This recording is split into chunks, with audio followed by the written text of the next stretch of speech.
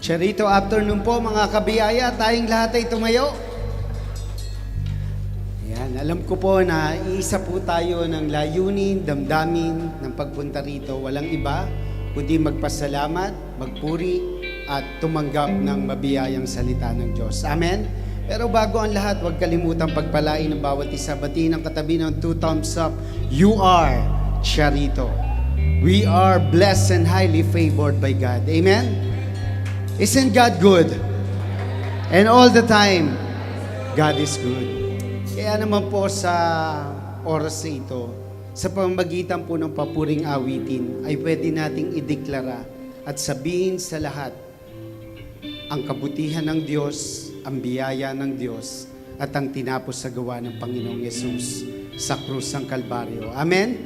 Lahat ng ito ay dahil lang sa kanyang biyaya at para sa kanyang kapurihan. Palakpakan natin ang ating buhay at dakilang Diyos. It's worship time. Sumigaw ng papuri para sa Panginoon. Mula sa aming puso, aming ihahayag, dakilang Diyos. Ang nais ko'y magpasalamat sa ating Diyos. Ang nais ko'y magpuri, itaas ang ngalan ni Jesus. Ang nais ko'y magpasalamat. Sabihin natin mula sa ating puso, Diyos,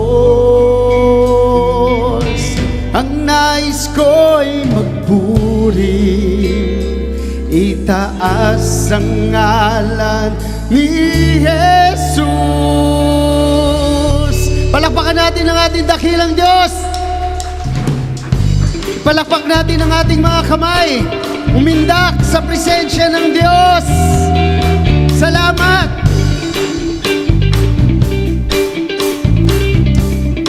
Sama-sama. Napakabuti ng ating Diyos, di siya nagbabago. Napakabuti ng ating Diyos, di siya nagkukulang. Itaas ang ngalan niya, lahat ng nilikha. Napakabuti nga ng ating Diyos. Isa pa! Woo! Purihin ka! Napakabuti ng ating Diyos, di siya nagbabago. Napakabuti ng ating Diyos, di siya nagkukulang. Kailanman, itaas ang nga, walang iba, lahat ng nilikha. Napakabuti nga ng ating Diyos.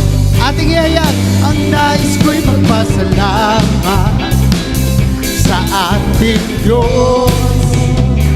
Ang nais ko'y magpuri, itaas ang ngalan ni Jesus. Pasasalamat, ang nais ko'y magpasalamat. Salamat o Diyos. Ang nais ko'y magpuri, itaas ang ngalan ni Jesus. Baklat, napakabuti ng ating Diyos, di siya nagbabago.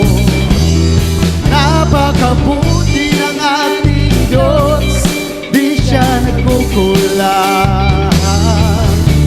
Itaas ang ngalan niya, lahat ng nilikha. Napakabuti nga ng ating Diyos. Tanggapin mo ang aming pasasalamat. Ang nais ko'y magpasalamat sa ating Diyos. Ang nais ko'y magpuri, itaas ang ngalan ni Jesus. Isa pa, umidak. Nais ko'y magpasalamat sa ating Diyos. Ang nais ko'y magpuri, itaas ang ngalan ni Jesus. Napakabuti ng ating Diyos, di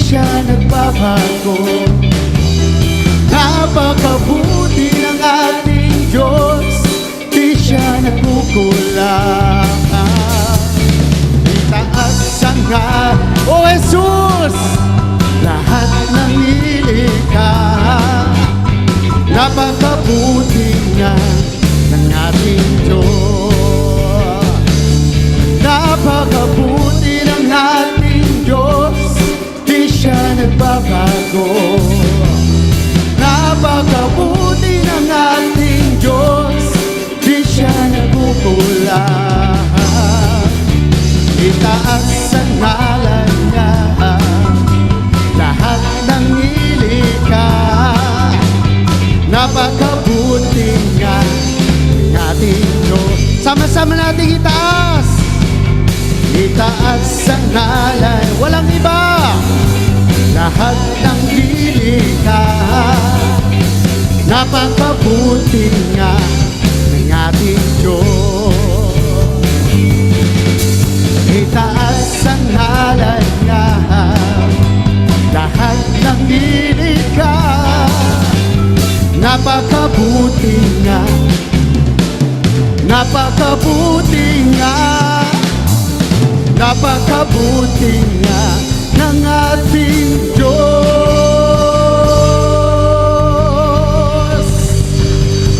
Salamat, Panginoon! Malakas sa palakpak pa para sa dakilang Diyos. Salamat, aming Ama. Lubos kaming humahanga sa tinapos mong gawa. Una, dahil sa iyong pag-ibig na ibinigay mo ang iyong kaisa-isang anak. At ikaw, Panginoong Jesus, inalay mo ang iyong buhay sa krus ng Kalbaryo.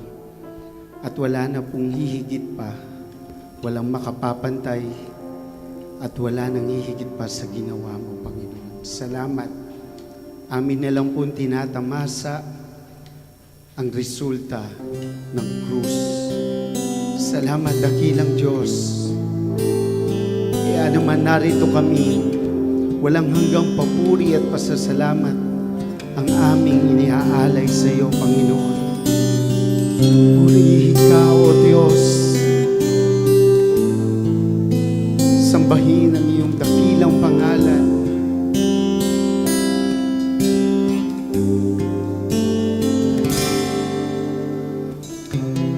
Pupurihin ka, O Diyos. Ang aming alay ay masamba. Kaluwalhatian, buong karangalan, kapangyarihan mo'y walang katulad. Pupurihin ka, O Diyos. Ang aming alay ay masamba. Kaluwalhatian, buong karangalan, kapangyarihan mo'y walang katulad.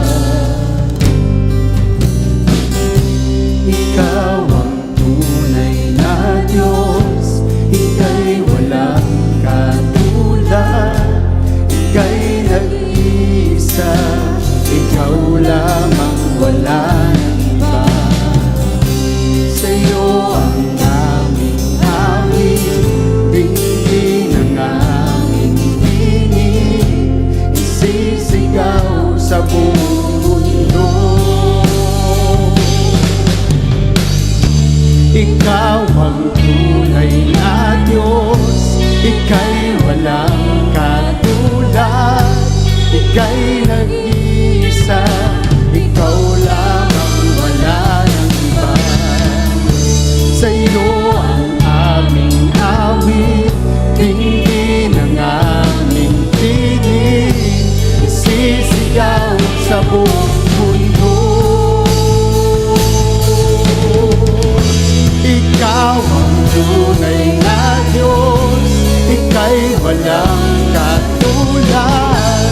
Ika'y nag-iisa, Ikaw lamang, wala nang iba. Sa'yo ang aming awit, dinggin ang aking tinig, sisigaw sa buong mundo. Ikaw ang tunay na Diyos, Ikaw ang tunay na Diyos, Ika'y walang katulad, Ika'y nag-isa, Ikaw lamang, wala nang iba. Sa'yo ang aming awit, dinggin ang aming tinig, sisigaw sa buong mundo. Sisigaw sa buong mundo. Sisigaw sa buong mundo. Wala kang katulad, wala nang hihigit sa'yo. Wala kang katulad, wala nang papantay sa'yo. Ikaw ang Diyos noon pa man, maging ngayon at kailanman. Sa habang panahon, wala kang katulad. Wala kang katulad, wala nang hihigit sa'yo. Wala kang katulad, wala nang papantay sa'yo. Ikaw ang Diyos noon pa man, maging ngayon at kailanman. Sa habang panahon, wala kang katulad. Sa huling pagkakataon, wala kang katulad, wala nang hihigit sa'yo. Wala kang katulad, nang papantay sa'yo. Ikaw ang Diyos noon pa man, maging ngayon at kailanman. Sa habang panahon, wala kang katulad. Ikaw ang Diyos noon pa man, maging ngayon at kailanman. Sa habang panahon, wala kang katulad.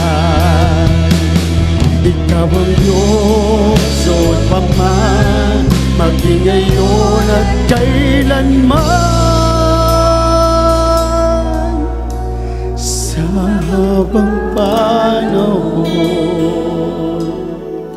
wala kang katulad.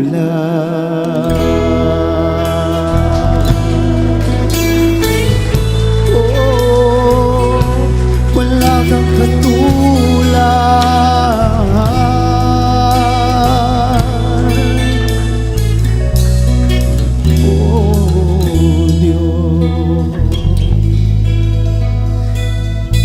Salamat, Panginoon. Walang makapapantay sa iyo sa iyong tinapos mong gawa, Panginoon. Kaya naman ang aming puso ay punong-puno ng pasasalamat at pagdakila. Walang hanggang papuri sa walang hanggang na Diyos dahil sa iyong walang hanggang pag-ibig sa amin. Salamat po, pinagpala mo na ang bawat isa. Kinatagpo mo na kami, Panginoon. Salamat, dakilang Diyos, dahil walang ibang naitaas sa aming kalagitnaan kundi Ikaw lang, Panginoong Yesus. Sa iyo lahat ng papuri at pagsamba sa pangalan ng Panginoong Yesus. Ang lahat ng niligtas at pinagpala ng Diyos ay magsabi ng Amen. Malakas sa papuri para sa Panginoon. Hallelujah! Bago tayo umupo, sabihin mo sa katabi mo, mahal ka ng Diyos. Amen. Sa Diyos po ang papuri, tayong lahat ay makakaupo.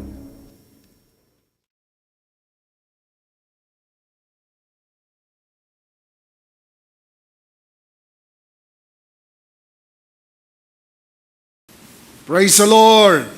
Let's give the Lord a clap of praise. Come on, clap your hands to the Lord. Everybody shout, praise the Lord. Everybody shout, praise the Lord. Let's give the Lord a clap of praise. Amen. Come on, clap your hands. Thank you, Jesus.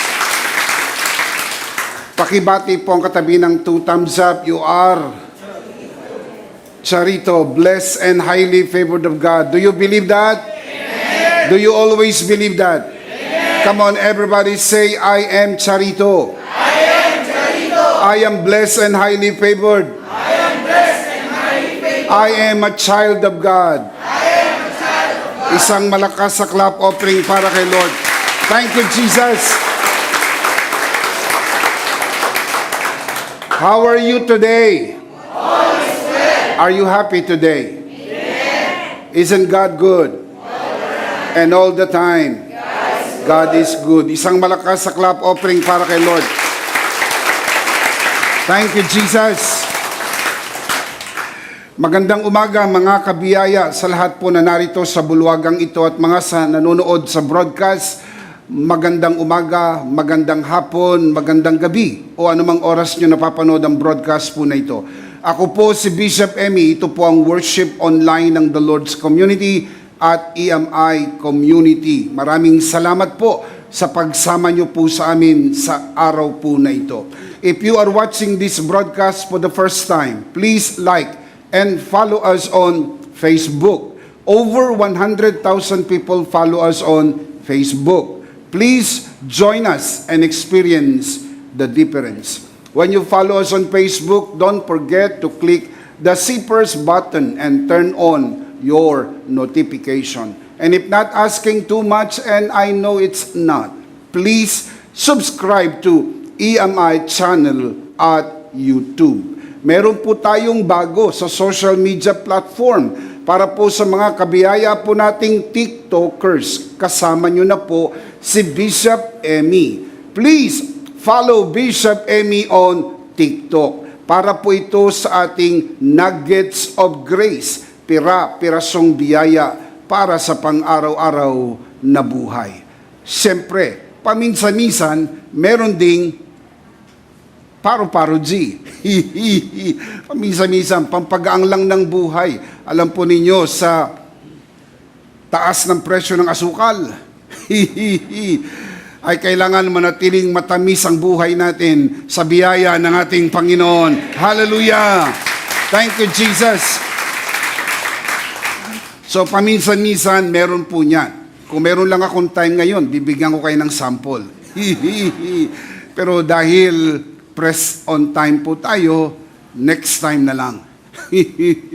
Para po sa mga kabiyaya po natin na nanonood sa broadcast na ito, maraming salamat po sa pagsama nyo po sa amin sa araw na ito.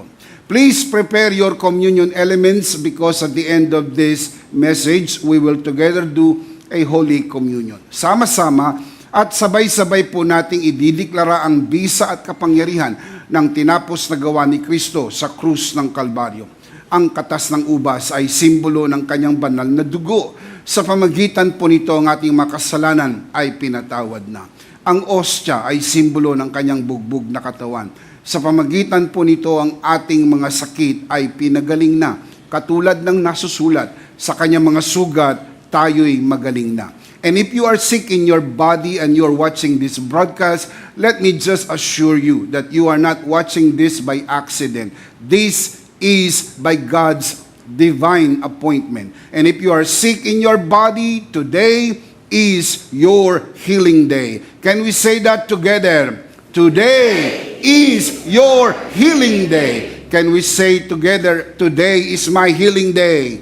Today is my healing day. One more time, out loud. Today is my healing day. I believe that with all of my heart. The Bible says, out of the abundance of the heart, the mouth speaks. Kaya binibigkas natin ang pinaniniwalaan ng ating puso. Napakahalaga naman na bigkasin kung ano ang iyong pinaniniwalaan dahil ipinangako ng Diyos, ano bang narinig kong sinabi ninyo, siya kung gagawin sa inyo. Kaya pag binigkas po natin na tayo po ay pinagaling na ng Panginoon, ito nga po ang ginawa na ng Panginoon para sa atin. If you believe that, say amen. Let's give the Lord a clap of praise for that. Hallelujah. Thank you, Jesus. Let me also encourage you to worship the Lord with your offering, as it is written, honor the Lord with your wealth. Proverbs chapter 3, verse 9. At the latter part of this broadcast, we will let you know how you can easily give your offering. Palagi ko po itong sinasabi sa inyo mga kabiyaya. Sana hindi po kayo napapagod ito marinig dahil kung ako ang tatanungin po ninyo, hindi po ako napapagod palaging ipaalala ito sa inyo na ang pagbibigay sa gawain ng Panginoon ay hindi po pagbibigay ng kontribusyon, hindi po pagbibigay ng donasyon, hindi po pagbibigay ng ayuda, lalo tigit, hindi po pagbibigay ng limos. Ang pagbibigay sa gawain ng Panginoon ay isang pagsamba. Genesis 22 tells us that giving is worship unto the Lord. That is why we ask you, we're talking to you, you who are watching this broadcast. That is why we ask you to worship the Lord with your offering. The truth is, you are not just watching a broadcast. You're worshiping the Lord with us, and giving is an integral part of your worship. The Apostle Paul writes, each man should give what he has decided in his heart to give, not reluctantly or under compulsion, for God loves a cheerful giver. 2 Corinthians chapter 9, verse 7. Palaging tandaan mga kabiyaya, walang maliit na halaga na hindi makakatulong. Lahat ng halaga, maliit man o malaki, ay mahalaga at makakatulong. Ang pagbibigay sa gawain ng Panginoon ay dapat bukal sa puso, kusang loob, at hindi napipilitan. Just to say this from our hearts here at EMI, thank you for giving to the Lord. Thank you for joining us online. Thank you for watching. Thank you also for inviting your friends and sharing this grace-filled and life-changing broadcast. Much, much appreciated. Before we dive into the pool of spiritual learning today, just to let you know, tuwing merong broadcast, palagi pong may mga bagong nanonood sa atin. Kaya may mga sinasabi si Bishop Emmy na maaring palagi nyo nang naririnig. Pero ito ay sinasabi ni Bishop Emmy alang-alang po sa mga baguhan, mga new viewers ng ating broadcast. Bago nagkaroon ng pandemya, taong 2020, we have 6 services here at EMI. 6 a.m., 8 a.m., 10 a.m., 3 p.m., 5 p.m., and 7 p.m. Over 1,000 people come here in a given Sunday to worship the Lord. Alam nyo naman ang istorya, mga kabiyaya. Nagkaroon ng pandemya, naapektuhan ang buong mundo. Naapektuhan din po ang mga simbahang lokal. Ang mabuting balita ay ito. Unti-unti na pong bumabangon ang mga simbahang lokal para po sa on-site, face-to-face worship services. Ngayon po'y level 1 na tayo. Full capacity, mas maluwag at mas maraming upuan. More seats available. Baka naman maisipan mo nang magsimba. Kabiyaya, malugod ka naming inaanyayahan na bumalik sa mga pagtitipon, on-site, face-to-face worship services. And if you are near our worship center here at the very entrance of NLEX, Valenzuela exit Paso de Blas, Valenzuela City, we would like to extend this invitation to you. Come, join us in one of our 4 services here at EMI, 6 a.m., 8 a.m., 10 a.m., and 3 p.m. Come, join us, and experience the difference. Thank you so much for watching the broadcast. Thank you for joining us via online. Maraming salamat din po mga kabiyaya sa lahat ang naparito sa bulwagang ito para sama-sama nating sambahin ang Panginoon at tanggapin ang kanyang mabiyayang salita. Palakpakan po natin ang Panginoon.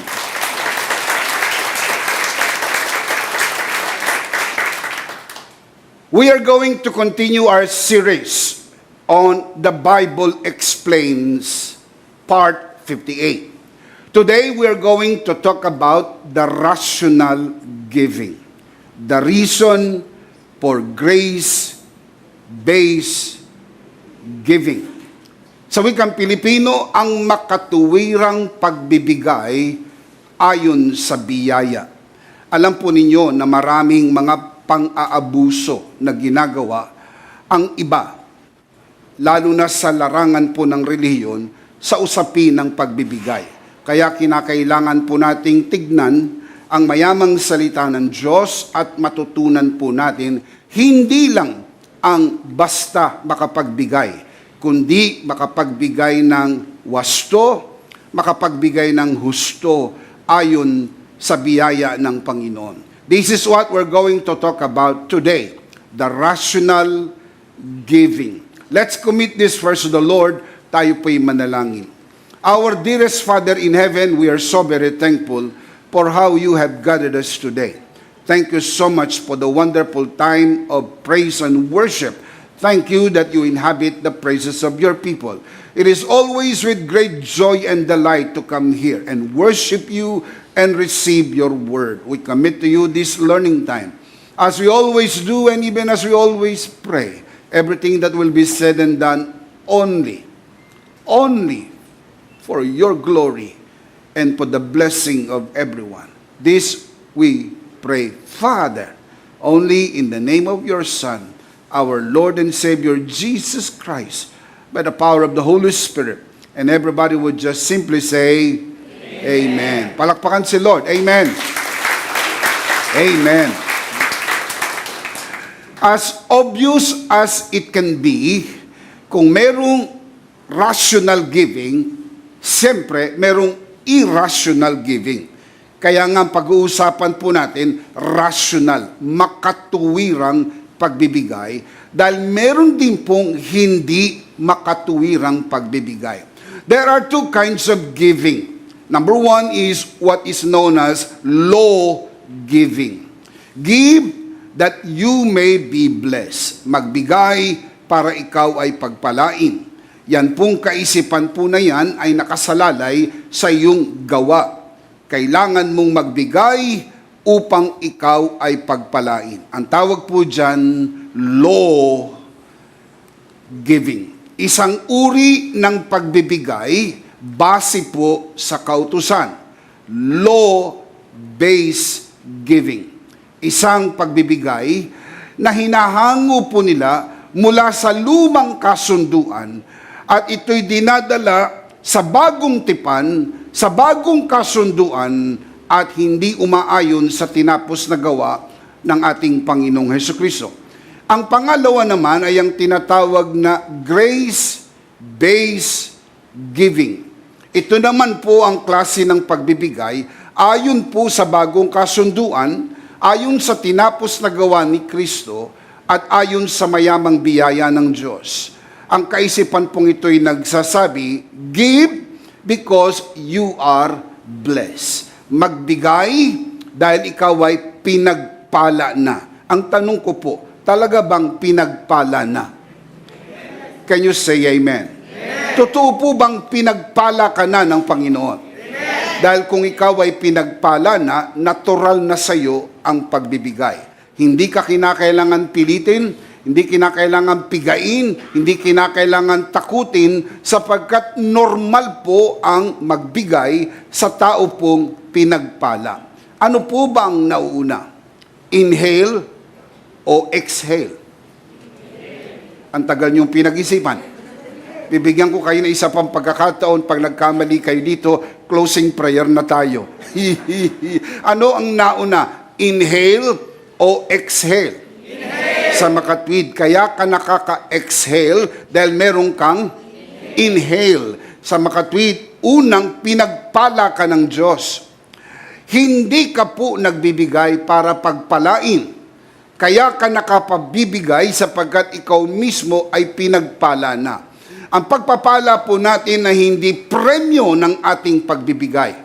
Ang pagpapala po natin ay regalo ng tinapos na gawa ni Kristo sa krus ng Kalbaryo. Shout amen. Come on, give Him praise for that. Hallelujah. Ibig sabihin, kung ikaw ay na kay Kristo, ikaw ay pinagpala na. Can you say amen?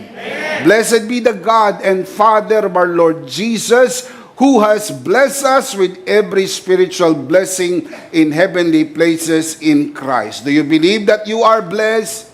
Come on, let's say that together. I am blessed. I am blessed and highly favored. I am Charito. Let's give the Lord a clap of praise. Hallelujah. Magagawa po natin ang magbigay sapagkat nasa atin ang biyaya ng Panginoon. Sabi ni Apostol Pablo, ang biyaya ng Diyos ang gumagawa sa atin kung paano nakakagawa tayo sapagkat ang biyaya mismo ang gumagawa sa atin. I am what I am by the grace of God.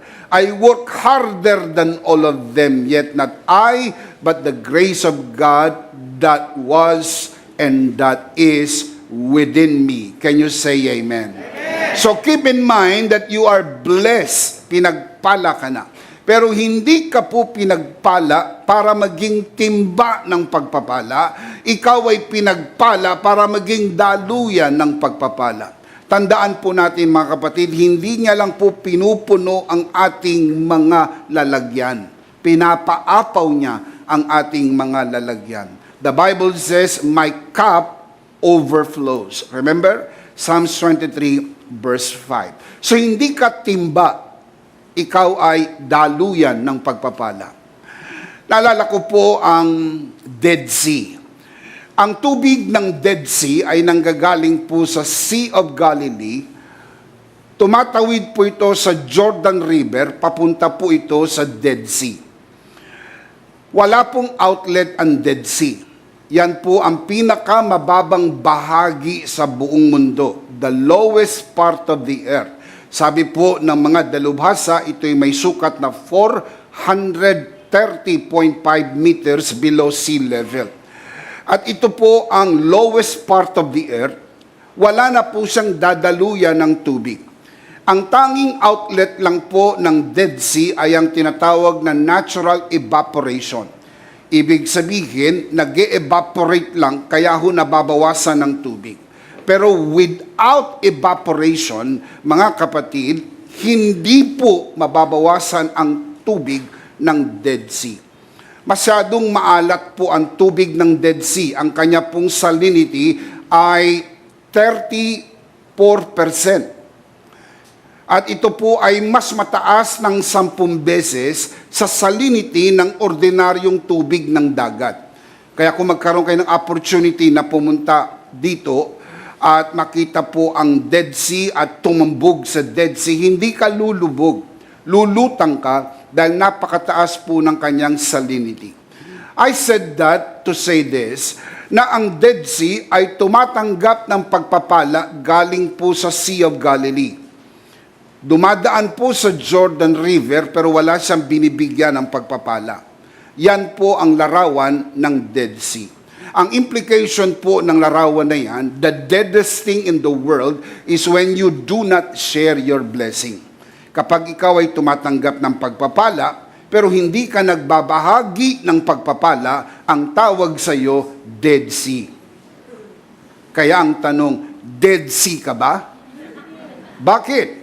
Hindi ka kasi nagsishare. Kaya yung mga hindi nagsishare ay Dead Sea. Kaya tignan mong itsura, parang dead. Walking dead, living dead, pero dead. Kasi nami-miss out nila ang saya ng pag-share. Remember, it is more blessed to give than to receive. There is so much joy in giving. Can you say amen? Mami-miss mo yung saya ng pagbibigay. Blessed, more blessed. Mas mapalad ang magbigay kaysa tumanggap. Yung word na blessed from the Greek word makarios, happy, jubilantly happy, very happy. Kaya kung hindi ka nagbibigay, nami-miss out mo yung saya. Akala mo mas masaya ka dahil mas marami kang hawak. Hindi. Subukan mong mag-share, mas masaya ang magbahagi ng pagpapala na bigay ng Panginoon. Come on, give Him praise. Under grace, why should we give? Sa ilalim ng biyaya, bakit po kailangan magbigay?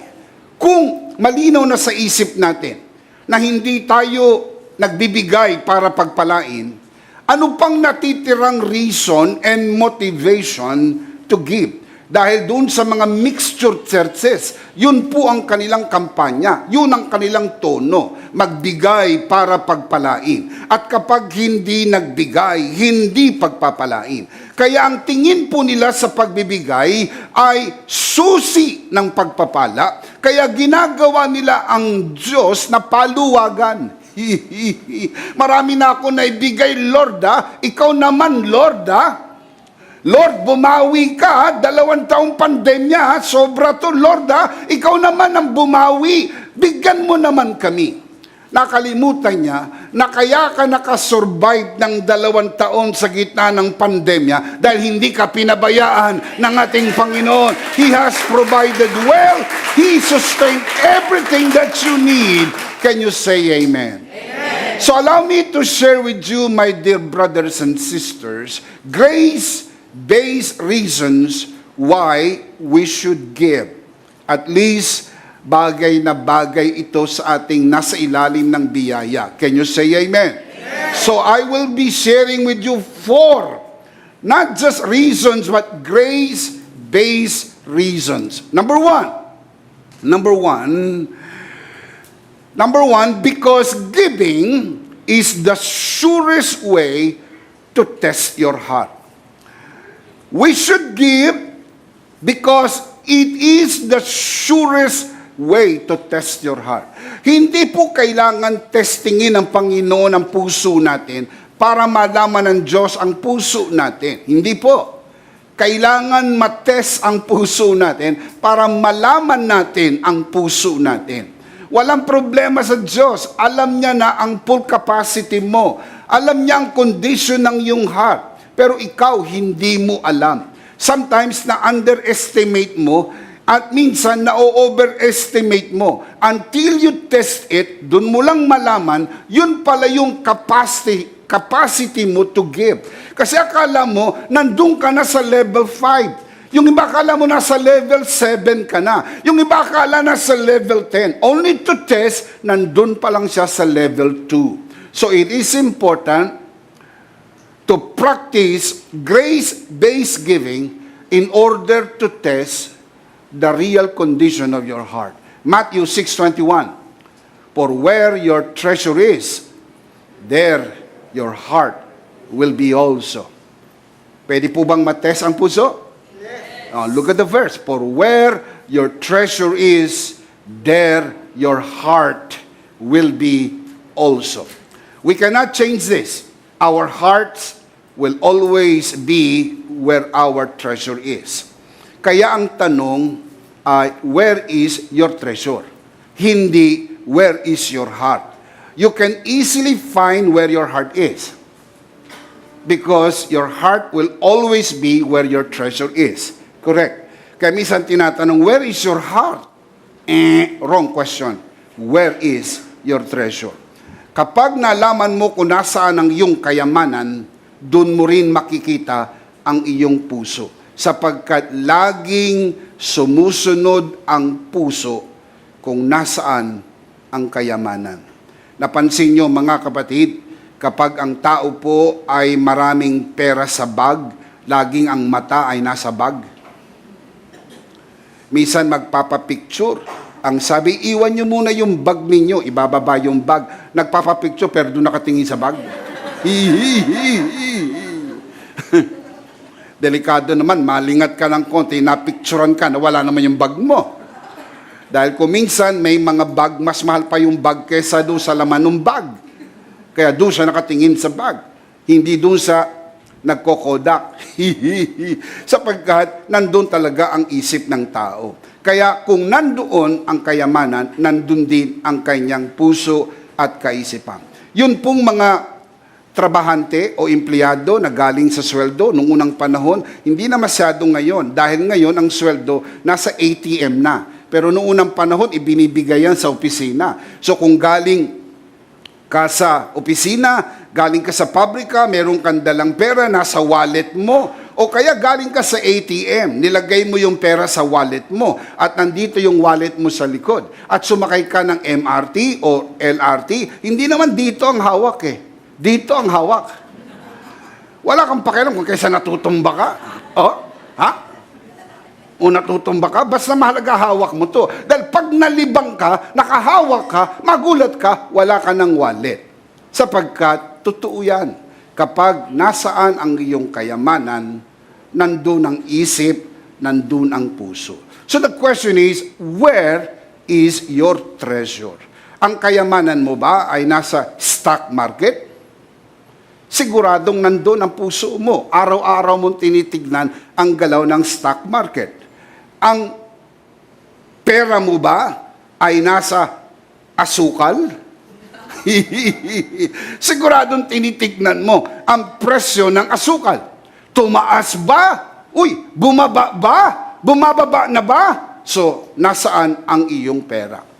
Nasaan ang iyong kayamanan? Nasa pamilya ba? Siguradong nandun ang iyong puso. Nasaan ang iyong kayamanan? Nasa simbahan ba? Siguradong nandun ang iyong puso.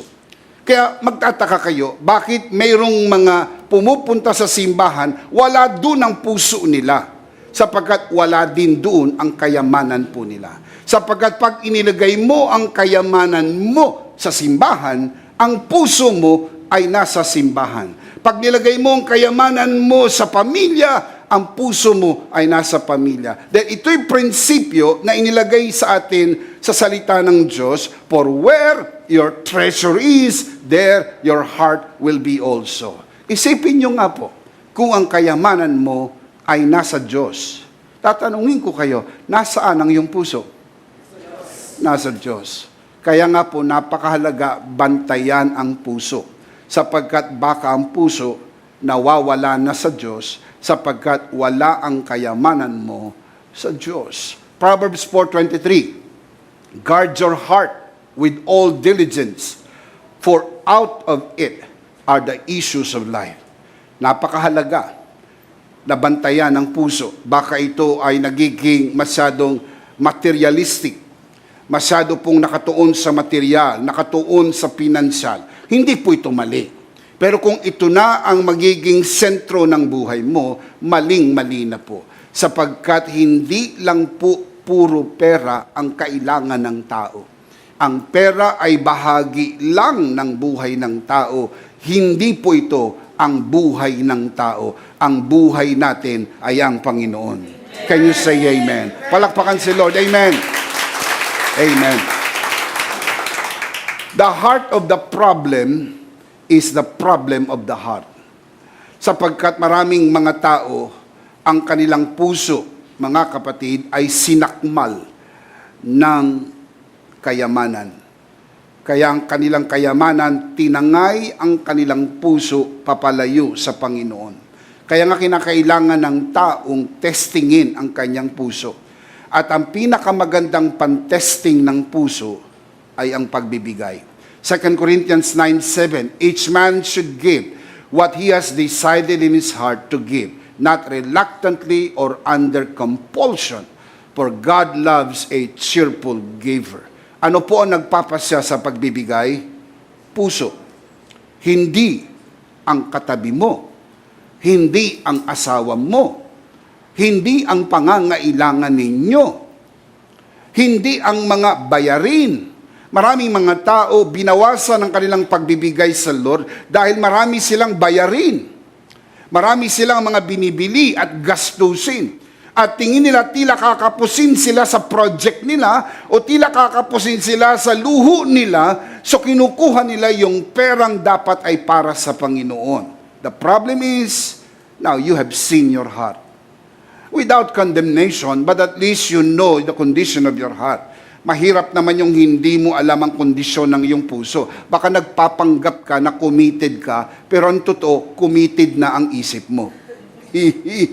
Baka nagpapanggap ka na mahal mo ang Panginoon, pero ang totoo, mas mahal mo ang iyong sarili. Kaya kailangan din testingin ang puso.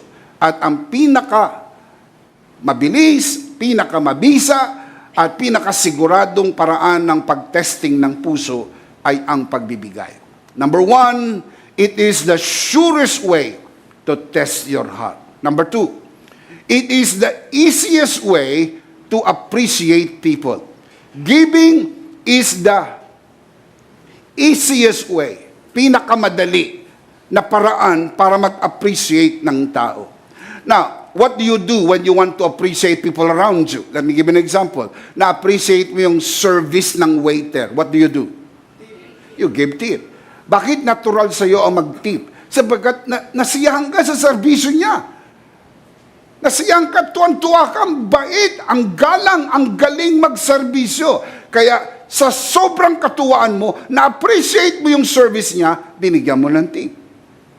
Anong ginawa mo? Doon sa nagpa-atras sa iyo, sa umatras na mamahaling sasakyan mo, na kung wala yung nagpapa-atras, baka nabangga ka sa likod. Ang sabi nung nagpapa-atras, kasya, kasya, kasya, kasya. Hindi mo naintindihan, parang sabi niya pala, akasya. May punong akasya. Oh, nabangga ka. Samantalang naiwasan yun, dahil merong nagpapa-atras sa iyo.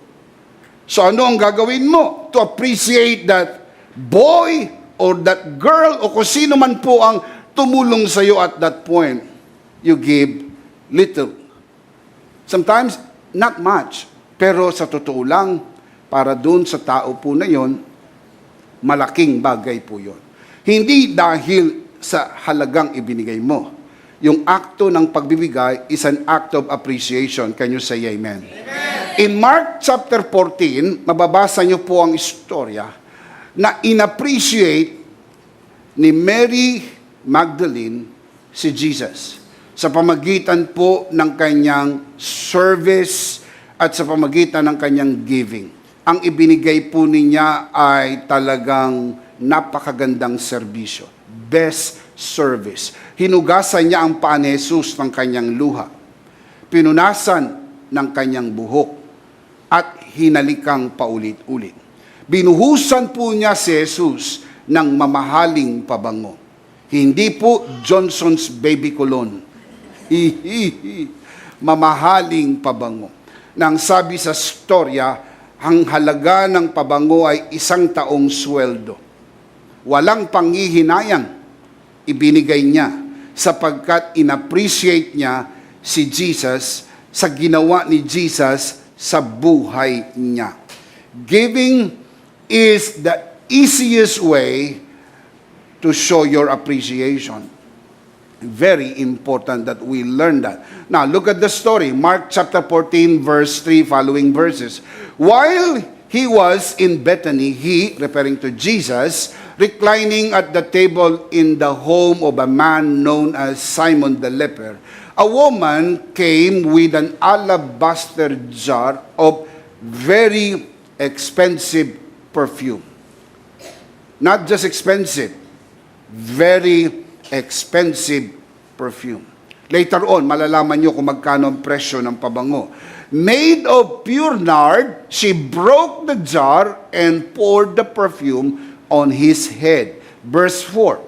Some of those present were saying indignantly to one another, "Why this waste of perfume?"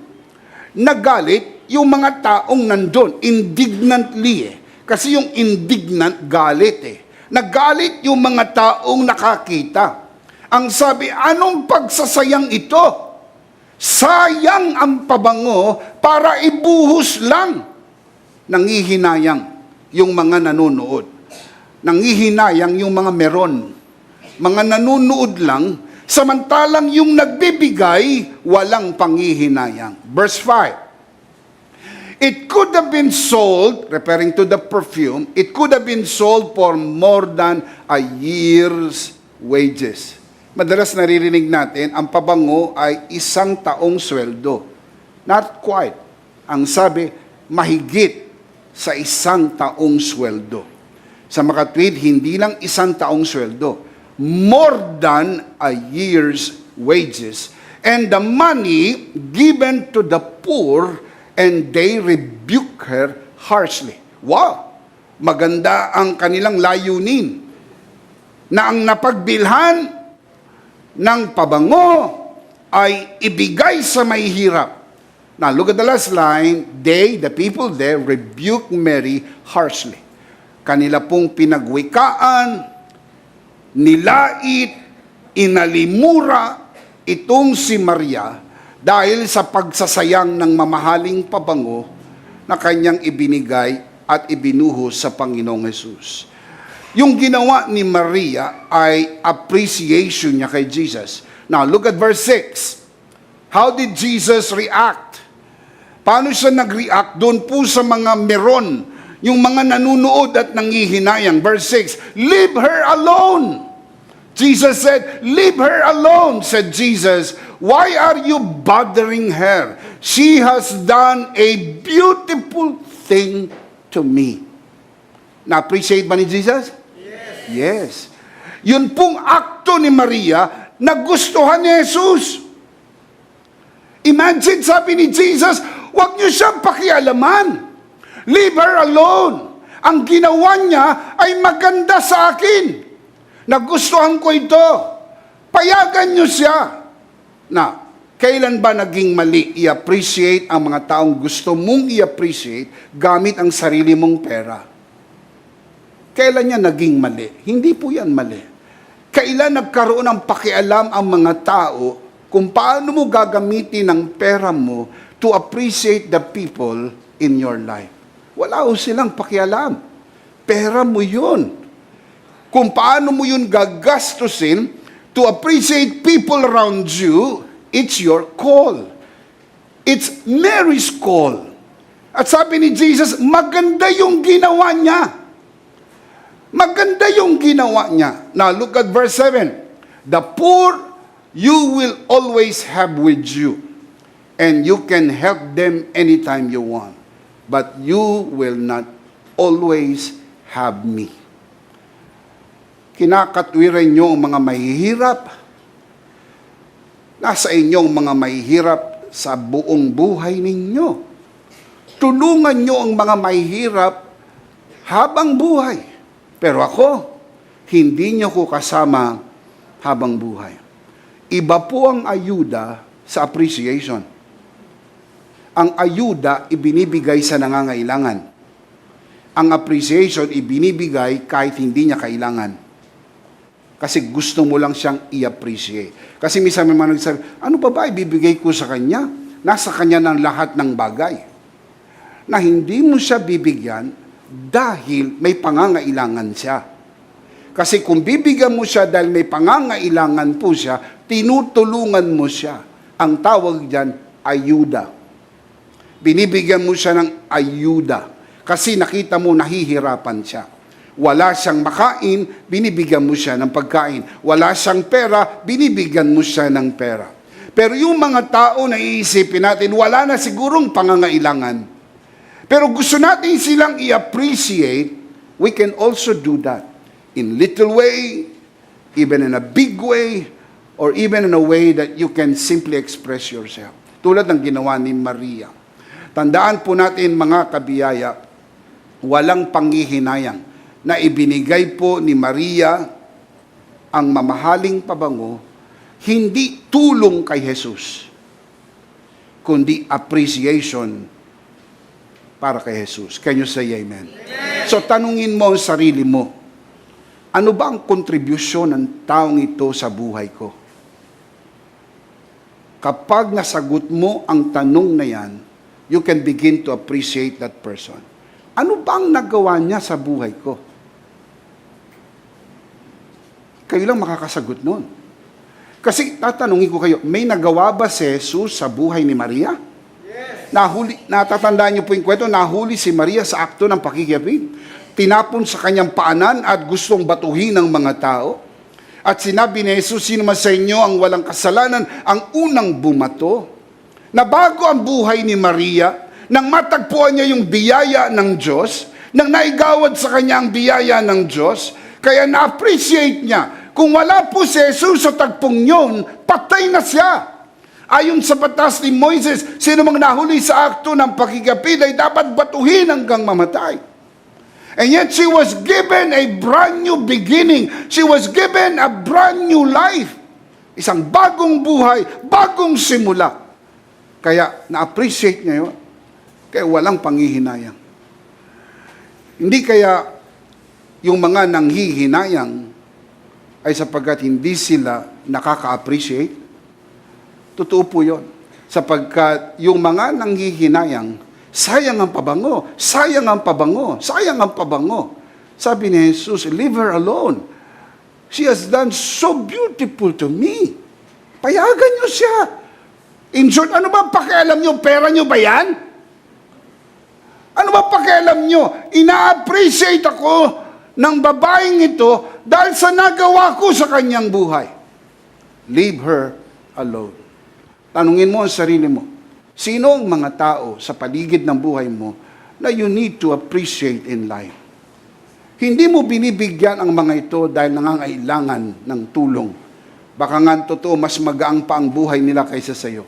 Pero minsan sa maliliit na mga bagay, just to appreciate. Minsan may nag-abot kay Pastor Joe ng isang bayabas na malaki. Appreciate po namin yon. Sapagkat hindi dahil, mga kapatid, hindi kami makabili ng bayabas.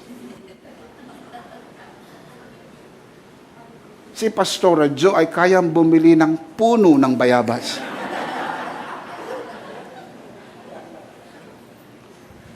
Tapos, pinicturan niya po yun, pinost niya, nagpapasalamat po siya. Hindi ko na pinatagal. Hiniwa ko na agad. At alam nyo, isinabay ko sa sukang Iloko. Oh, sarap. Isa lang. Pero, nag-enjoy kaming dalawa. Lalo na kung dalawa.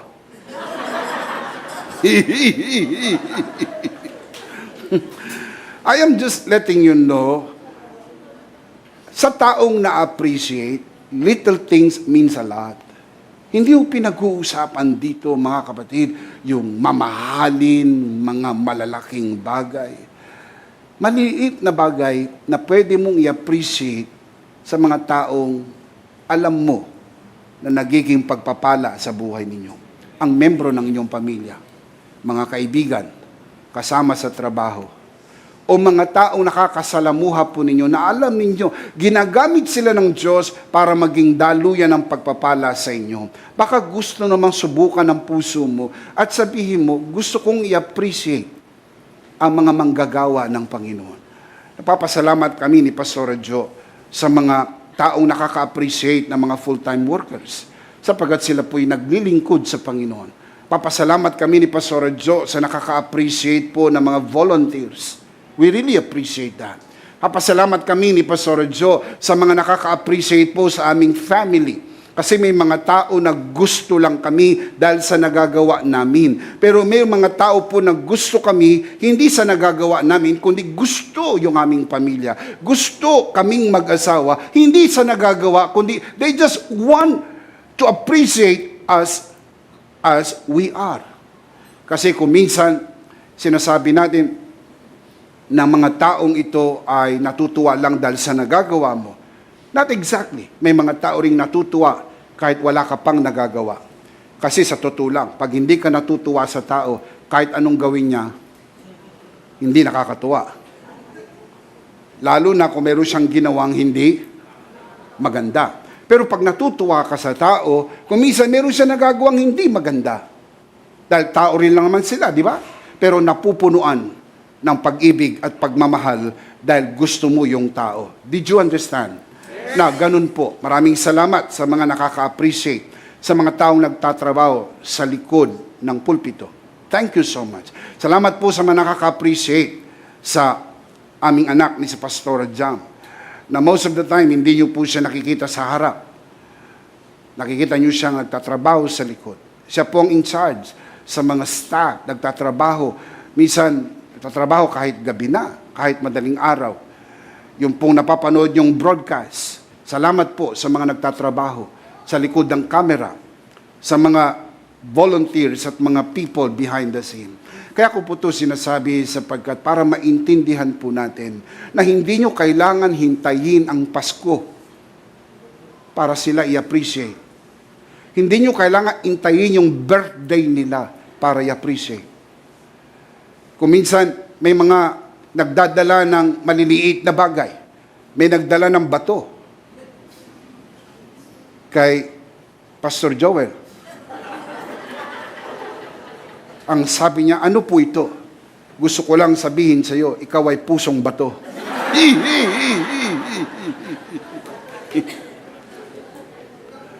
Yung nagdala pala noon, kursunada siya. Kaya lang, ang kursunada niya ay iba. Napakasakit, Kuya Eddie. Pero learn to appreciate people around you. Can you say amen? Look at verse 8. Mark 14:8. She did what she could. She poured perfume on my body beforehand to prepare for my burial. Napakahalaga ng statement na yon. Beforehand to prepare my burial. Appreciate the people around you while they're still alive, not when they are dead. Maraming tao bumabawi, patay na yung tao. Ang mahal ng bulaklak na ibinigay mo, pero patay na siya. Pero noong buhay siya, hindi mo ito naipadama sa kanya. Pag mag-a-appreciate po kayo, huwag niyong antaying patay na. Mas mararamdaman niya kung buhay pa siya. Pwede naman itong mamahaling pabango, i-reserva ito. Pag patay na si Jesus, di ba? Pero ibinigay niya, buhay pa si Jesus. Para ma-appreciate. Kaya nga sa ibang bansa, practice na nga po yung tinatawag na memorial service pag ang tao mamamatay na eh. Hindi ho pagpatay na. Nakaupo yung mamamatay na, alam na mamamatay na, at naririnig niya yung sinasabi ng magagandang tao. Kaysa yung nagsasalita ka ng maganda, hindi na niya naririnig dahil nandun na siya sa kabaong. Ang nakakarinig na lang ay yung manugang. So learn to appreciate people while they're still alive. Na ang pinag-uusapan natin, hindi ho malaking pera, hindi po mamahaling gamit. No. Ang pinag-uusapan natin, maliliit na mga bagay, pero nangungusap sa mga taong na-appreciate mo. Can you say amen? Tandaan natin, mga kapatid, it is not the amount, it is the thought that counts. Look at verse 9. I tell you the truth. Wherever the gospel is preached throughout the world, what she has done will be told in memory of her. Now listen, your act of appreciation will go a very long way. Even when you are in the grave, your memory remains. Isipin mo yung wala ka na, pinag-uusapan ka pa. Nababanggit pa yung nagawa mo. Iniistorya ka pa kung paano mo siya napasaya, kung paano mo siya na-appreciate. Like this story, na hanggang ngayon, ang tagal ng panahon hanggang ngayon, pinag-uusapan pa natin si Maria at sa binuhos niyang pabango. Tandaan po natin, any act of appreciation na pwede mong gawin sa mga taong gusto mong i-appreciate ay tatagal kahit wala ka na. Ang halaga na iyong ibinigay ay hindi dapat ihambing sa iba, kundi sa kakayahan mong magbigay. I'm sure there are people there who can give more than what Mary gave. Do you agree with me? Na may mga tao doon na kayang magbigay ng mas mahal na pabango kaysa sa kapasidad ni Mariang magbigay. Do you agree with that? Yes. Sa paligid noon, yung may-ari ng bahay, na si Simon, siya po yung nag-imbita ng malaking hapunan. Kaya niyang magbigay ng pabango, mas mahal kaysa binigay ni Maria. Kaya hindi mo dapat ikumpara. Sapagkat ang comparison ay hindi ho sa ibang tao, ang comparison yung kapasidad mong magbigay. Huwag mo husgahan ang tao sa laki ng kanyang ibinigay, kung hindi mo alam kung gaano kalaki ang ginawa sa kanya. Malaki po ba ang ginawa ng Panginoon sa buhay ni Maria? Yes. Kung kaya't naging magaang sa kanya ibigay ang malaki. Maaring maliit sa iba, pero para sa kanya, malaki na. Can you say amen? Amen. Giving is the easiest way to say thank you. Minsan sinasabi natin thank you. Pero minsan kahit walang salita, sa pamagitan ng pagbibigay, you are saying thank you.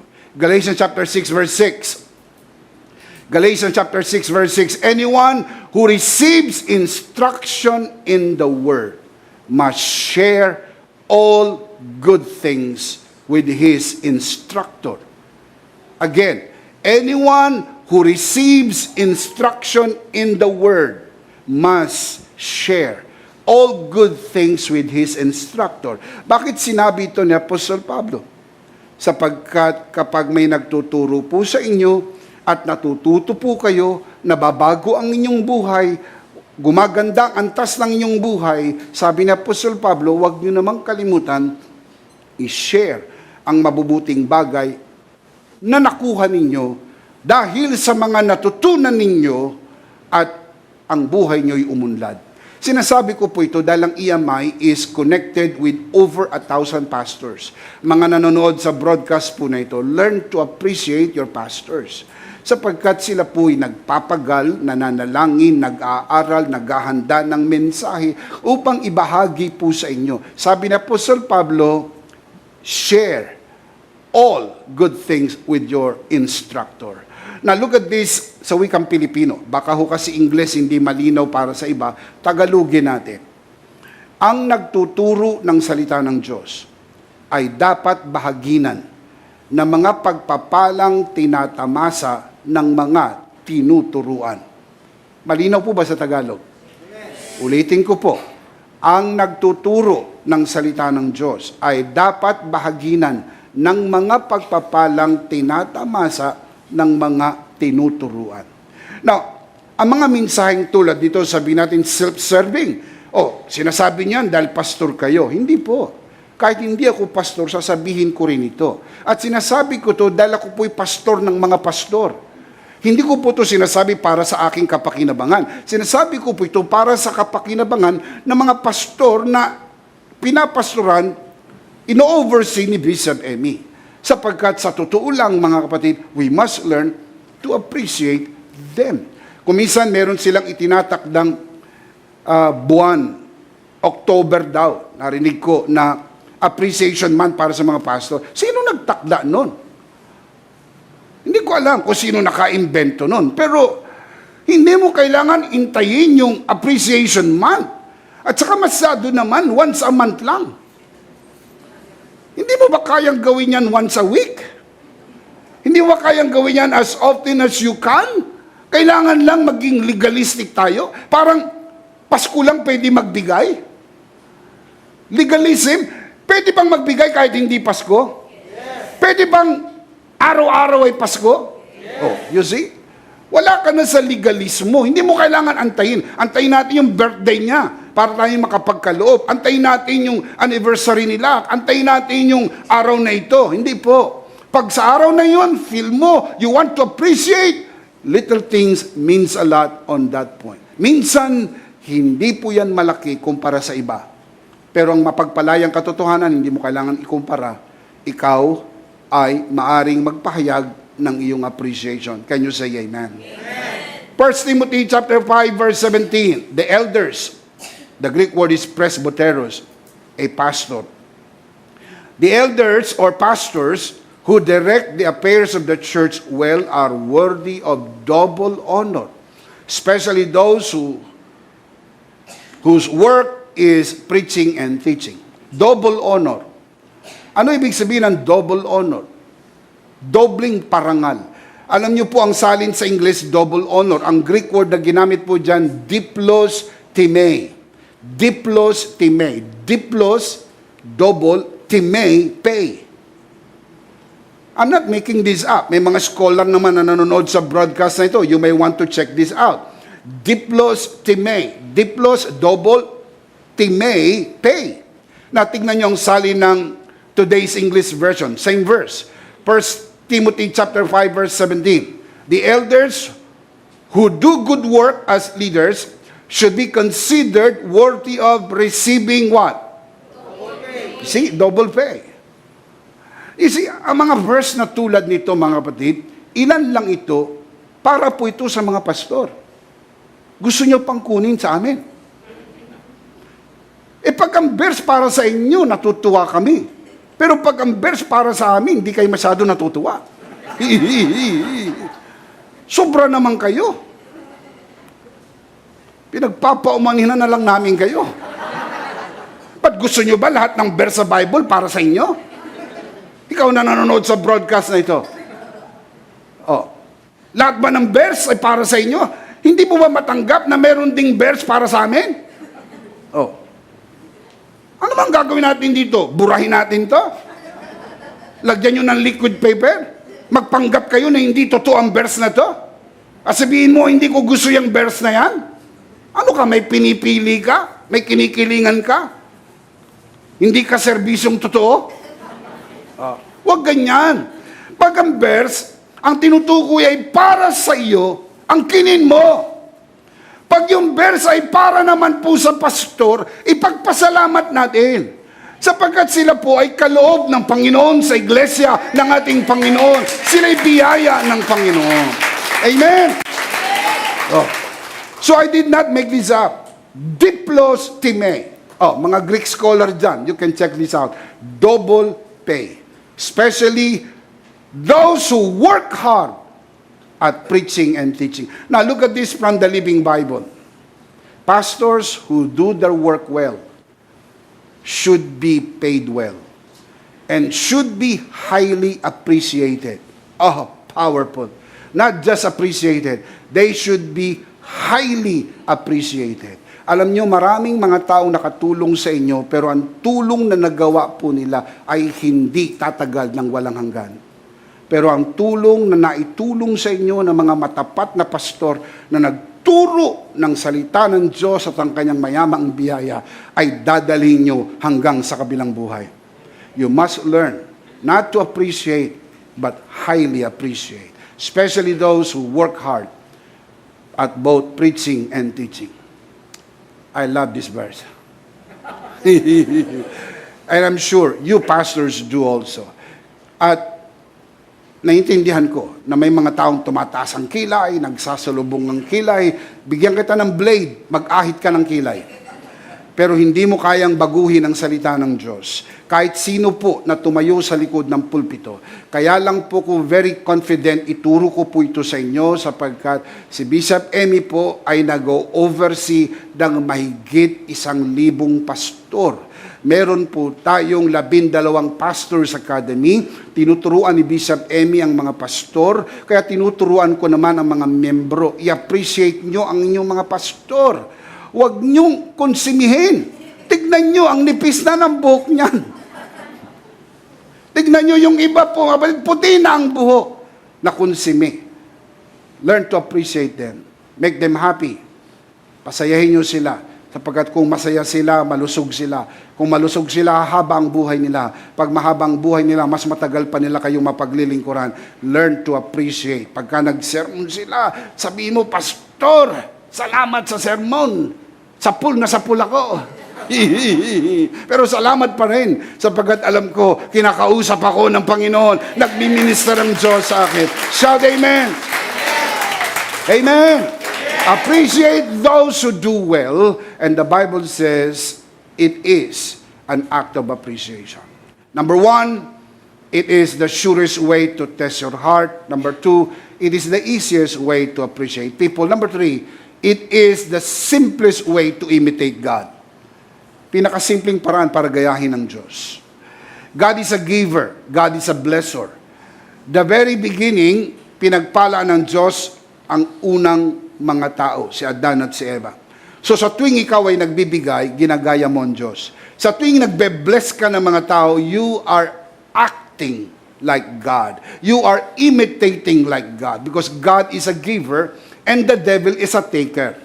Laging tandaan, ang Diyos nagbibigay, ang dyablo nangunguha. Kaya yung nangunguha ng nangunguha, dyablo. Bishop, nasa Bible ba yan? Of course. John 10:10. The thief comes to steal and kill and destroy, but I came to give life. Life in all its fullness. Ang dyablo, kuha ng kuha. Kaya yung mga wala nang ginawa kundi manguha ng manguha, ay dyablo. Pero ang Diyos, bigay ng bigay. And it is important that when you give, every time you give, you imitate God. Sa tuwing ikaw ay nangunguha, lalo na yung hindi naman sa'yo, kinukuha mo yung para sa Lord, para sa Kanya. Ibinibili mo ng gamit mo. Binibili mo ng pangsarili mo, ay para sa Kanya yon. Merong para sa iyo, merong para sa Lord. Yung para sa Lord, kinuha mo. Yan po ay hindi tama. Kasi nangunguha ka ng hindi sa iyo. Pero yung sa iyo na, ibinibigay mo pa, yan po ay paggaya sa Diyos. Let me show you the verse because this is important. Ephesians 5:1 and 2. Imitate God. See, nasa Bible, imitate God. Therefore, in everything you do, because you are His dear children. The question is, how do we do that? How do we imitate God? Verse 2 tells us, look at verse 2, live a life filled with love, following the example of Christ. So you imitate God by following the example of Christ. He loved us and offered, meaning gave. He gave Himself as a sacrifice for us, a pleasing aroma to God. So every time you give, you imitate God. Every time you take, you imitate the devil. Ulitin ko, sa tuwing nagbibigay ka, ginagaya mo ang Diyos. Tinutularan mo. Sa tuwing nangunguha ka, hindi naman sa'yo, you imitate the devil. So, sino ang iyong ginagaya? It's your call. Imitate God in everything that we do. Lahat ng gagawin natin. Pero ang pinaka-simple, pinaka-madaling pamamaraan ay ang pagbibigay. Sa tuwing nagbibigay ka, sabi mo, I want to bless you. Sabi, anong nagawa ko para bigyan niyo po ako ng ganitong pagpapala? Wala, gusto lang kita i-bless. Para minsan sabihin natin, Lord, anong nagawa ko para pagpalain mo po ako? Wala.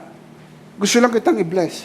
Sapagkat ang puso ng Diyos naghahanap ng outlet na gusto niyang i-bless. Merong kaming kasamang pastor sa Full Grace Philippines, nakalaro lang nilang ng basketball. Yung mayaman na tao, nakalaro lang nilang ng basketball. Pagkatapos silang maglaro, nalaman pastor siya, at ang sabi sa kanya, bibigyan kita ng lupa. Kulat siya, bakit? Yun ang nilagay na peno sa puso niya. Naibigay na yung lupa. Tapos meron naman nagsabi, bibigyan kitang pagpapatayo. Ngayon, tinatayo na yung kanyang church. Galing sa kung saan man, hindi niya ini-expect. Remember, we discussed the unusual blessing? Kaya kang pagpalain ng Diyos. Kasi yun lang po yung paraan ng mga tao nakakaintindi, gusto kong gayahin ng Diyos. Nalapitan ng isang tao for no reason, gusto lang kita i-bless. Walang dahilan. Wala kang nagawang mabait, wala kang nagawang mabuti. Gusto lang kita i-bless. Masama ba yun? Tinatanong ko kayo, kung mayroong lalapit sa inyo at sabi, gusto ko kita i-bless. Ano sabi mo? Wag, utang na loob, wag. Di ba? May lumalapit sa'yo at sabi, gusto ko tayo bless. Ano sasabihin mo? Bless me more! Bless me more! Why? Sapagkat giving is an act of blessing and you are imitating God. Amen? 1 John chapter 2 verse 6. Anyone who says he is a Christian should live as Christ did. The question is, how did Christ live? He lived a life of giving. He is the epitome of giving because He gave His life. Kaya wala nang dadaig pa sa ipinakita ng Panginoon Jesus. Can you say amen? So God is a giver and God's children should be givers too. We should imitate God. We should imitate our Savior, the Lord Jesus. We should be givers. Dapat ang mga anak ng Diyos ay givers, hindi takers. Dahil lahat ng meron tayo ay biyayang bigay ng Diyos. Lahat ng nai-enjoy natin ay kaloob ng Diyos. Finally, I'll close with this. Number 4, it is the highest form of worship to God. Giving is the highest form of worship to God. In the Bible, giving is always associated with worship. In the Old Testament, people do that. And also in the New Testament. That is why the Apostle Paul reminds the believers to come to the church and bring their offerings proportionate with how the Lord has blessed them. Yung laki at liit ng iyong ipinagkakaloob sa Panginoon ay depende sa sukat na kung paano ka pinagpala ng Diyos noong linggo na yon.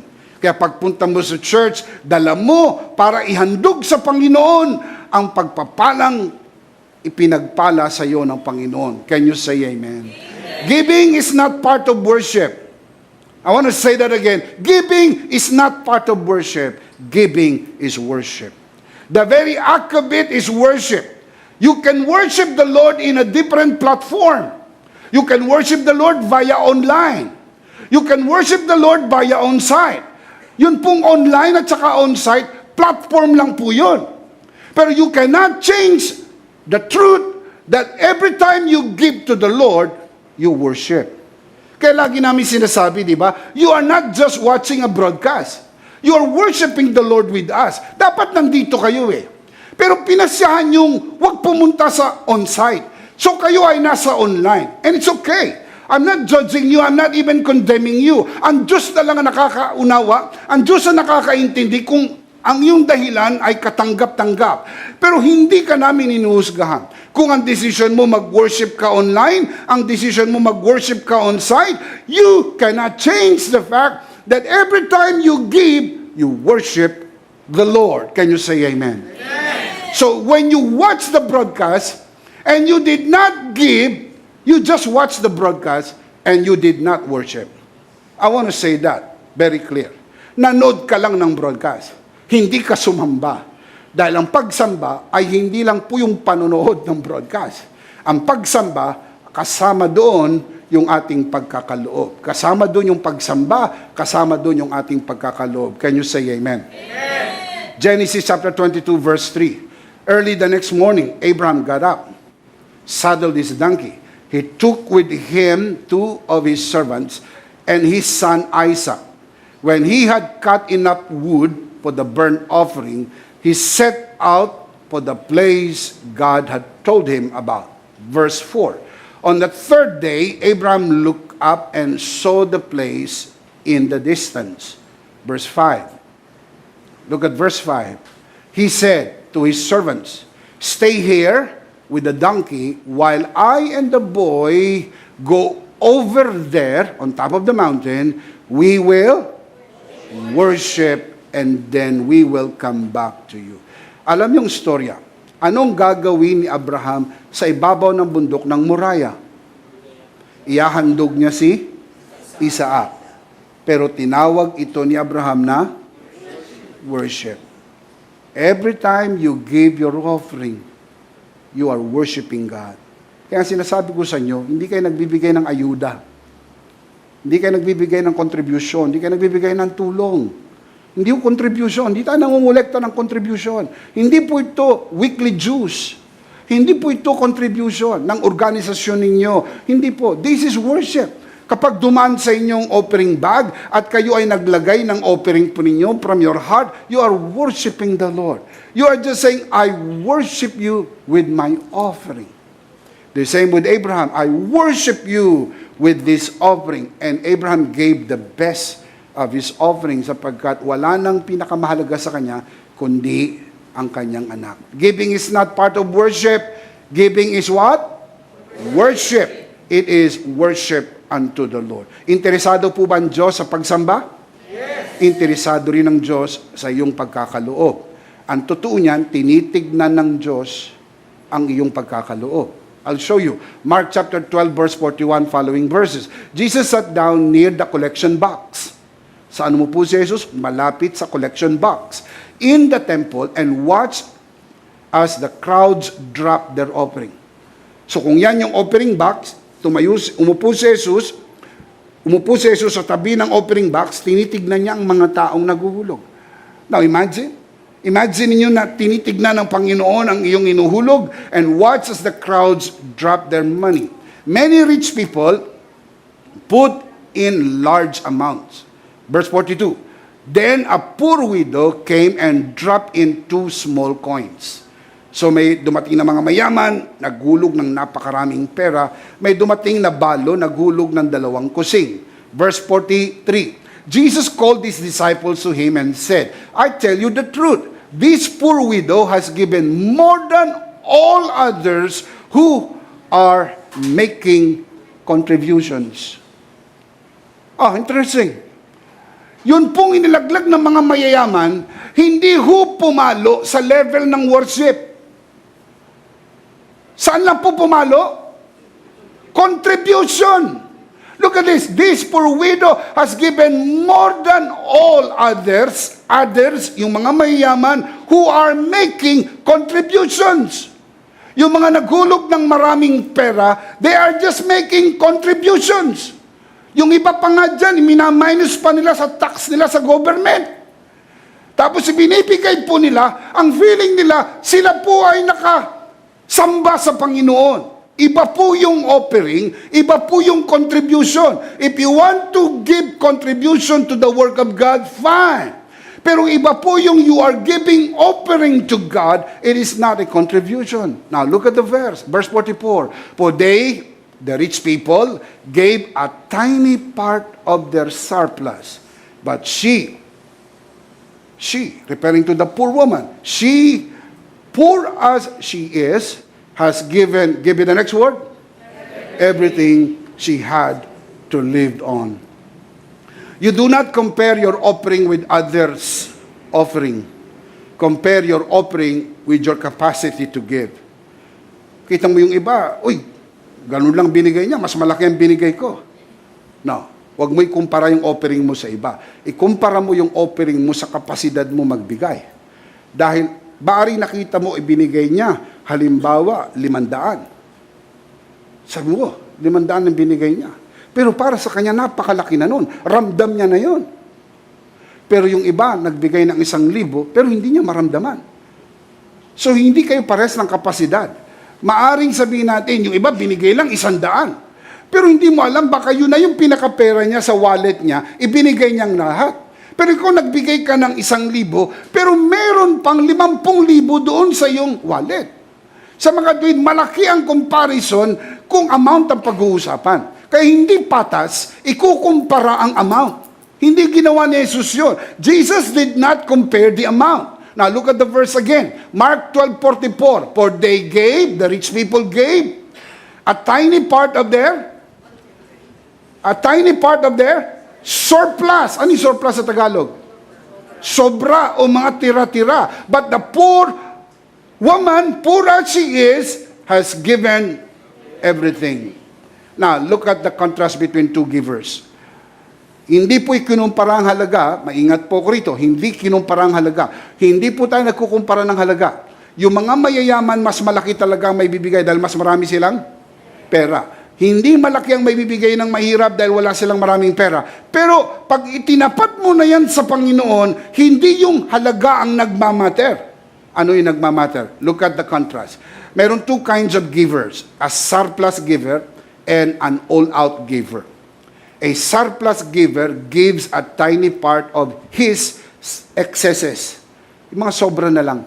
Yung pagbinigay niya, hindi niya mararamdaman. Sobra lang eh. Kumbaga, ang laki nga. Kasi ang laki ng kanyang pondo, kahit magbigay siya ng 10,000, hindi niya ramdam. Bakit? 200,000 kinikita niya sa isang buwan eh. Pero yung tumatanggap, laki, 10,000.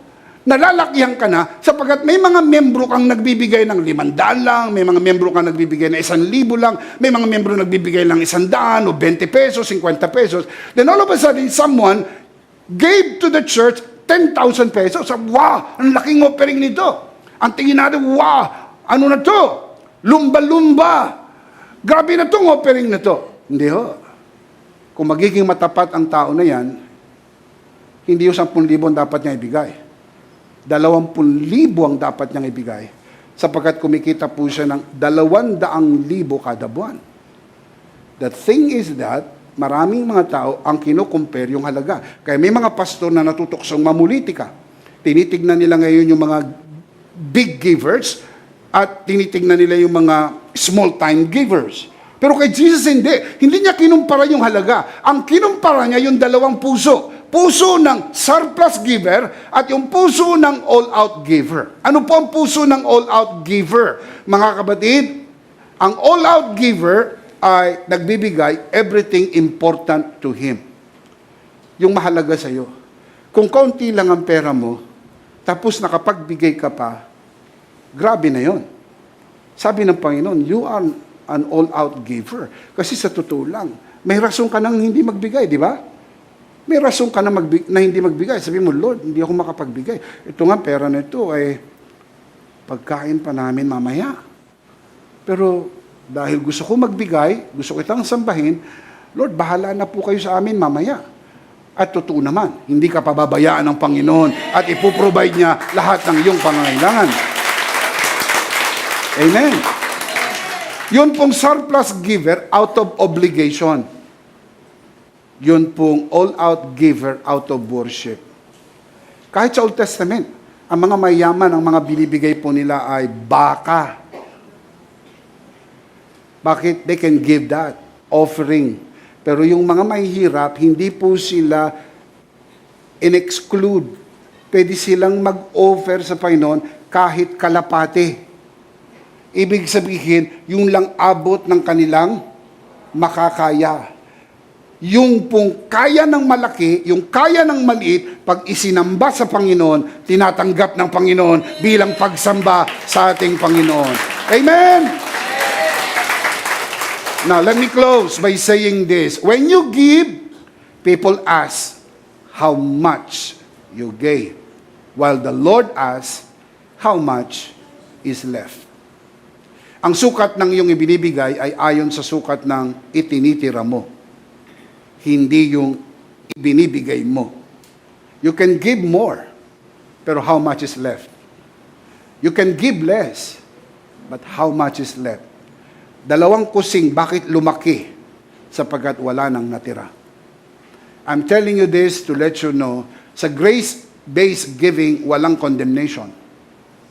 Sa grace-based giving, you understand the beauty of His grace, and you can give voluntarily as an act of worship to the Lord. Can you say amen? Amen. Let's see them again. 4 grace-based reasons why we should give.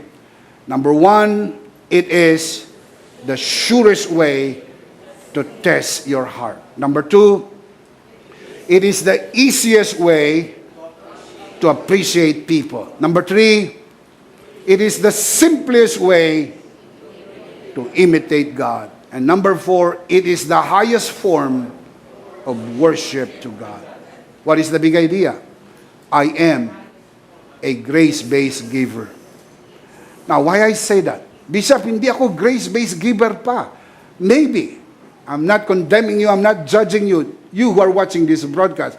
But I am affirming this truth. Maybe you are not yet a grace-based giver. But I am affirming the fact that you can be a grace-based giver. Because the truth is, you can test your heart. You can appreciate people around you. You can imitate God and you can worship God by your grace-based offering. And if you can do this, and I know you can, you are a grace-based giver. So what is a grace-based giver? The one who can test the heart, the one who can appreciate people, the one who can imitate God, and the one who can worship God by his offering. So what is the big idea? One more time. In Christ, I am a grace-based giver. In Christ, I am a grace-based giver. Are you in Christ? Amen. So you are a grace-based giver. Of course, we do not want to end the broadcast without giving you the opportunity to receive Jesus today. Receive His grace and become a grace-based giver from this day forward. Kung nais mong tanggapin ang Panginoon Jesus sa iyong puso bilang Panginoon at sarili mong tagapagligtas, sumunod ka sa panalangin ng pagtanggap. Tayo po'y manalangin. Taas natin ang ating dalawang kamay. Samahan po natin ang ating mga bisita sa mga nanonood sa broadcast po na ito. Tayo manalangin. Panginoong Hesus, ako po'y makasalanan. Hindi ko kayang iligtas ang aking sarili. Ako'y mapapahamak nang hiwalay sa iyo. Narinig ko po ang mabuting balita. Ako po'y naniniwala. Tinatanggap kita sa aking puso bilang aking Panginoon at sariling tagapagligtas. Sa pangalan ng Panginoong Hesus, maraming salamat po. Pinatawad mo na ang aking mga kasalanan. Isinulat mo na ang aking pangalan sa aklat ng buhay. Sa pangalan ng Panginoong Hesus, Amen. Ako na lang po mananalangin, Ama, sa oras na ito, tinataas ko po sa harapan ng sino mang sumunod sa panalangin ng pagtanggap. Pinagkakatiwala ko po sila sa iyong kagandahang loob na sila ay lumago sa biyaya at sa bagong natagpuang pananampalataya. Sa pangalan ni Jesus, tayo po'y magsabing, Amen and Amen. Palakpakan si Lord. Amen. Tayo po'y dumako sa gawain ng banal na komunyon. Please get your communion elements and let's do this together, mga kabiyaya.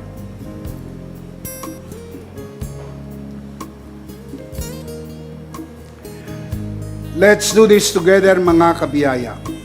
Ito ang aral na tinanggap ko sa Panginoon at ngayon naman ay binibigay ko sa inyo. Nang gabing siya'y pagkanuloy dumampot siya ng tinapay, kanyang pinagpira-piraso at kanyang sinabi, ito ang aking katawan na pinagpira-piraso dahil sa inyo. Gawin niyo to bilang pag-alaala sa akin. Sabay-sabay po natin gawin.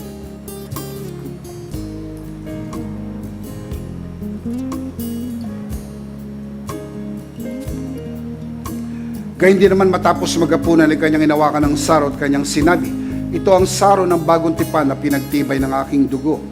Gawin niyo to bilang pag-alaala sa akin. Sabay-sabay natin gawin.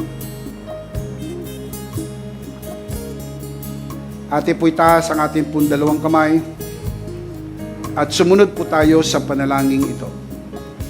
Aming Ama, maraming salamat po sa aming Panginoong Hesukristo. Panginoong Hesukristo, maraming salamat po sa iyong banal na dugo na iyong itinggigis sa krus ng Kalbaryo. Dahil po dito, lahat ng aming kasalanan ay iyon ang pinatawad. Maraming salamat po sa iyong katawan na nabugbog at nasugatan. Dahil po dito, lahat ng aming sakit ay iyon ang pinagaling. Gaya ng nasusulat sa iyong mga sugat, ako'y magaling na. Ako'y naniniwala. Ako'y magaling na. Aking idinideklara. Ako'y magaling na. Ako'y malusog, malakas, masigla, pinagpala, pinaburan, at mabubuhay ng mahaba. Sa pangalan ni Jesus, maraming salamat po, Banal na Espiritu, sa iyong kapahayagan, sa mensahe ng biyaya, sa pangalan ng Panginoong Jesus. Amen. Amen. Give Him praise. Hallelujah.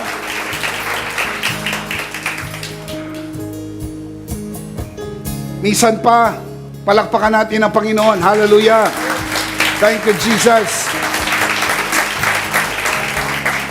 Ano po ang big idea? Malakas, sabay-sabay. In Christ, I am a grace. In Christ, I am a grace-based giver. Are you in Christ? So what are you? A grace-based giver. Last of all, let me speak to your heart, you who are watching this broadcast. If this broadcast has blessed you, and if not asking too much, I would like you to bless this ministry with your love offering, so that together we can reach the world with a message of full grace. And from the bottom of our hearts here at EMI, we would like to say thank you for giving to the Lord. We'll see you next Sunday, purposely on site, but definitely we'll see you again online. Ako po si Bishop Emmy, kasama po si Pastora Jo at ang kabuuan ng The Lord's Community at EMI Broadcast. Maraming thank you. Stay a bit for more announcement. Stay safe, stay blessed, stay connected. Always remember, in Christ, you are Charito.